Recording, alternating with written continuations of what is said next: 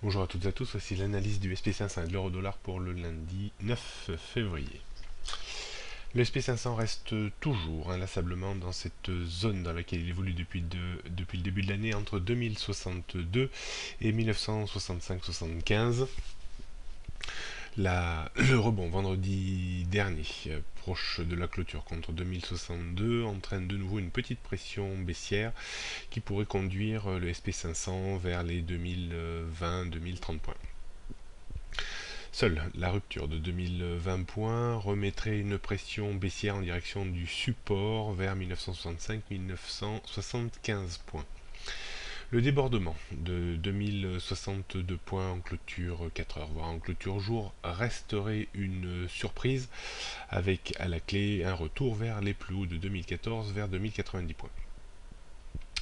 Je reste toujours sur mon idée de départ depuis le début de l'année, sur la mise en place d'une structure plus de distribution plutôt qu'une structure de consolidation à visée haussière.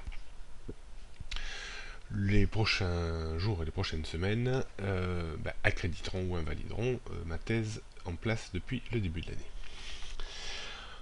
On note donc une résistance importante à 2062 points, à plus ou moins 5 points autour de ce niveau, avant 2090 et 2120 points.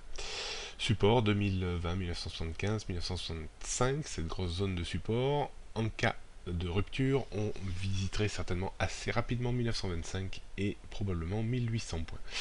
On peut considérer toujours que la tendance reste à la neutralité entre 2062 et 1965 points, avec selon moi un tout petit biais plus baissier qu'haussier à terme. Du côté de l'euro-dollar, l'euro-dollar a entamé une correction technique depuis son point bas lié à l'intervention de la Banque Centrale Européenne fin janvier. La reprise technique a buté contre une grosse zone de résistance autour de 1,15, 1,1550 avant de retrouver un petit courant vendeur qui s'est stabilisé au-dessus de 1,13. La rupture de 1,13 remettrait sous pression baissière la parité avec un risque de retour vers les points bas annuels.